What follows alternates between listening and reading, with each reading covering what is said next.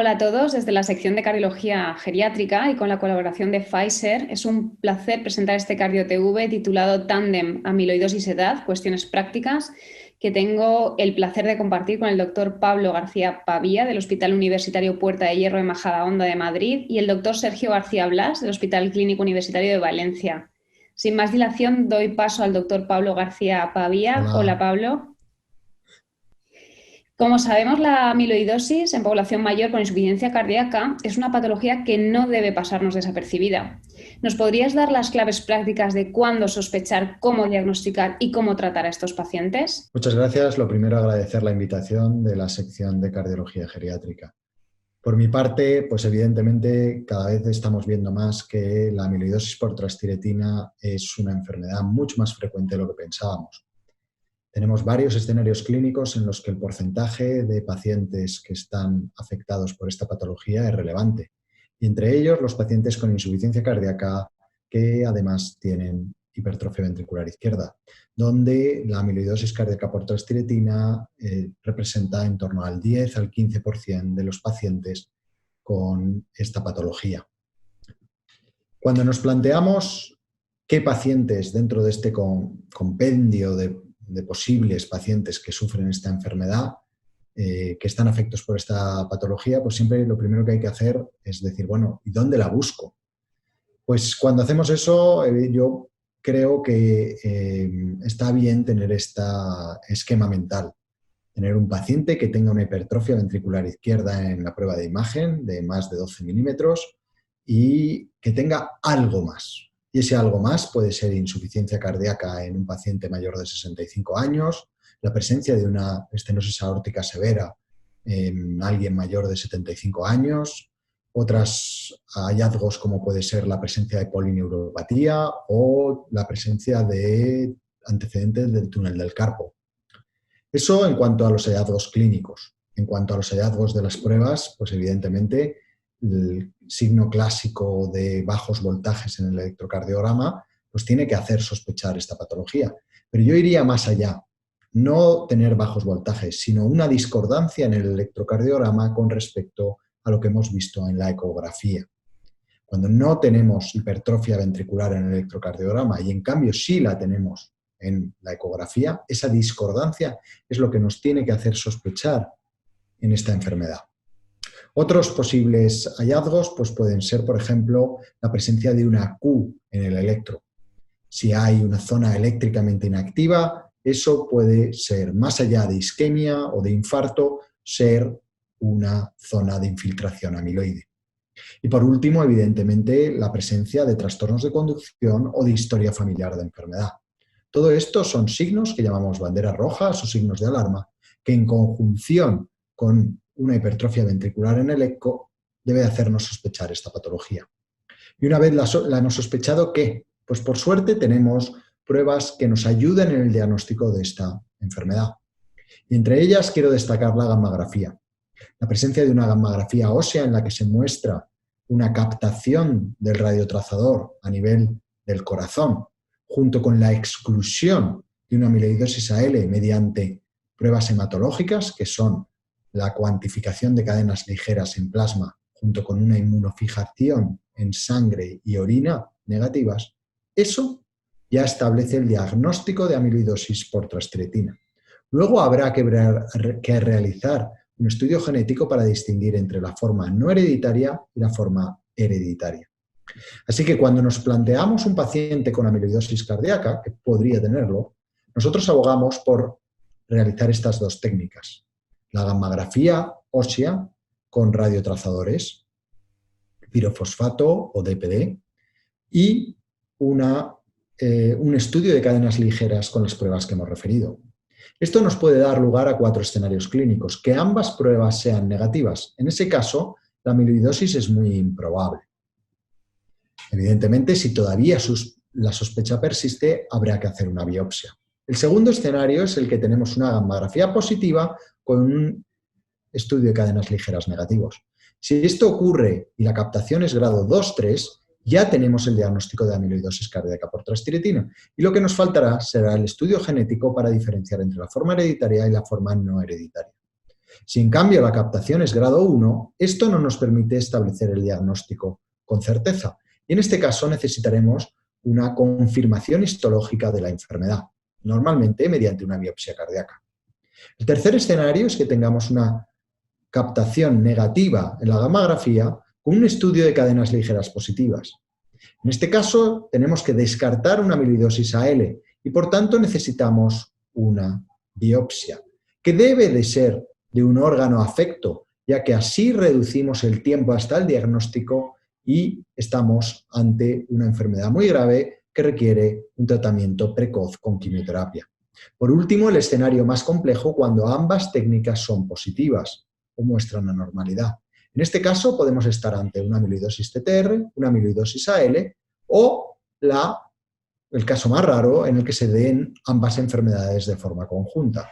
La única manera de diferenciar estas dos entidades en este escenario es la realización de una biopsia para establecer el subtipo.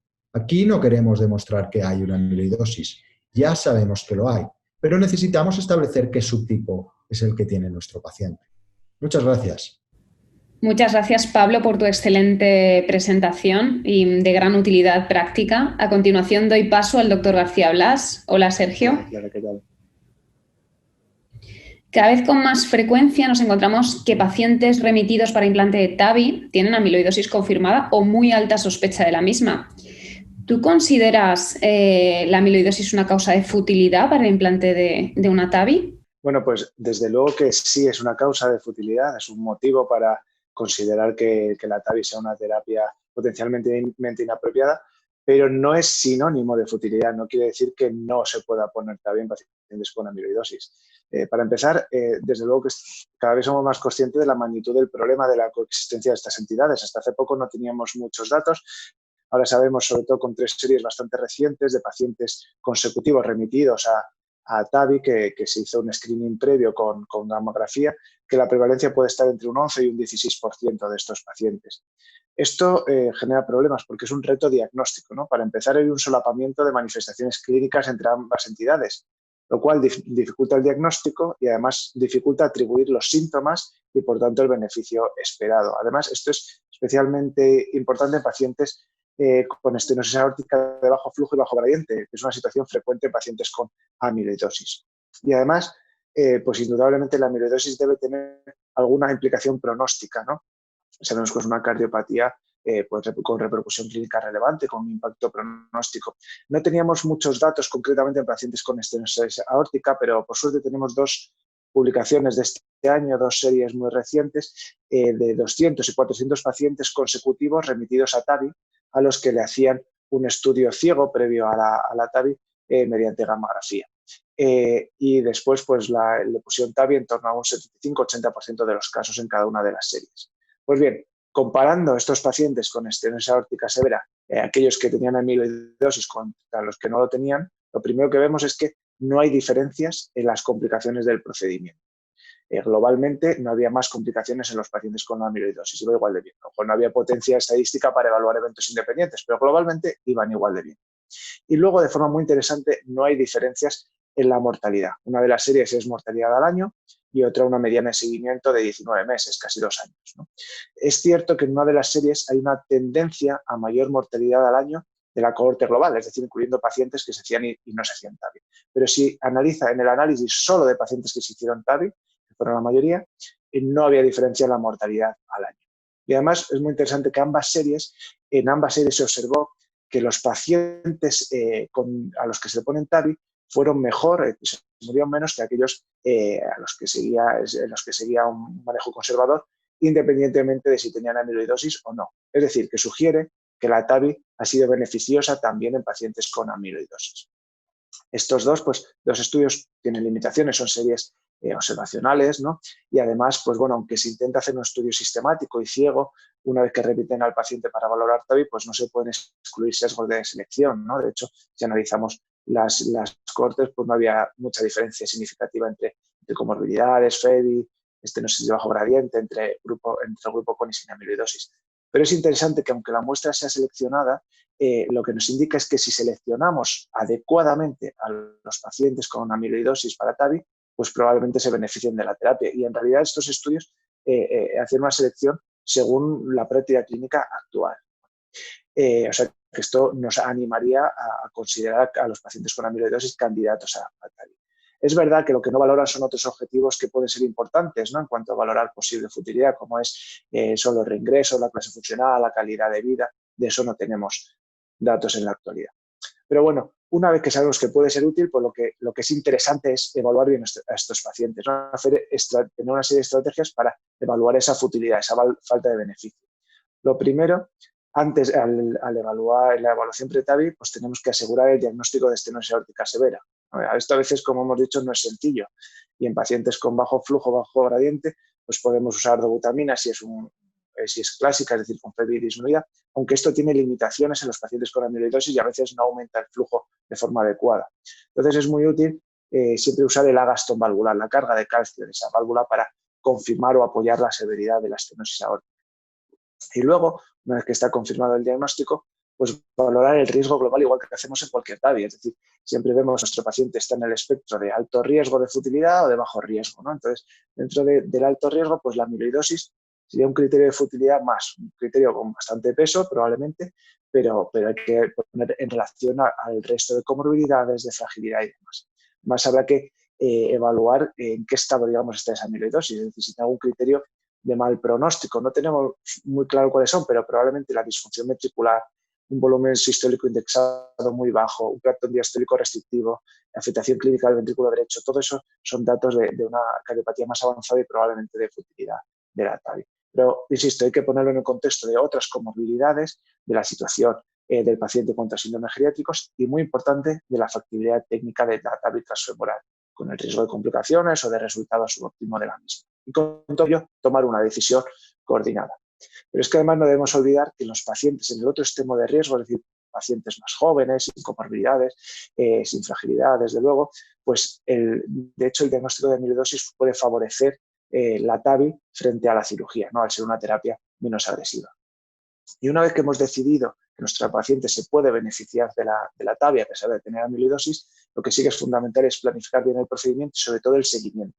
Un ajuste óptimo del tratamiento médico y un seguimiento exhaustivo. Esto no es una estenosis aórtica sin más, hay que seguir luego bien la amiloidosis por un cardiólogo especialista en la materia y plantearse el ajuste del tratamiento y luego incluso si tiene indicación de terapias específicas.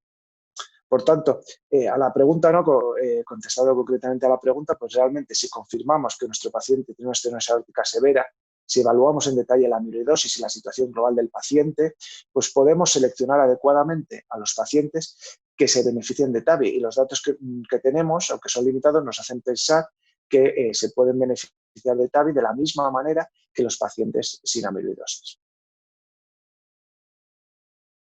Muy bien, muchas gracias, Sergio. Pues por último, simplemente recalcar que, pues como todos sabemos, la insuficiencia cardíaca es un problema de primera magnitud, en creciente aumento, y uno de los factores que condiciona este aumento es sin duda la edad. Además, en las últimas décadas hemos observado cómo ha aumentado la incidencia y prevalencia de la insuficiencia cardíaca con fracción de eyección preservada. De hecho, esta forma es la más frecuente en pacientes mayores, siendo en torno a un 13-14%, con costes derivados y supervivencia incluso parecidas a la insuficiencia cardíaca con fracción de eyección reducida, y además sin tener sólida evidencia en su tratamiento farmacológico, justificándose esta falta de evidencia por la gran heterogeneidad de este síndrome, como bien sabemos. Entonces, como mensajes de este cardio-TV, pues sí que quería comentar pues, que la amiloidosis cardíaca, sobre todo por transtibretina no hereditaria, es mucho más frecuente de lo que pensábamos hasta ahora. Es muy prevalente en algunos escenarios clínicos, como la insuficiencia cardíaca del paciente mayor o la estenosis aórtica severa degenerativa.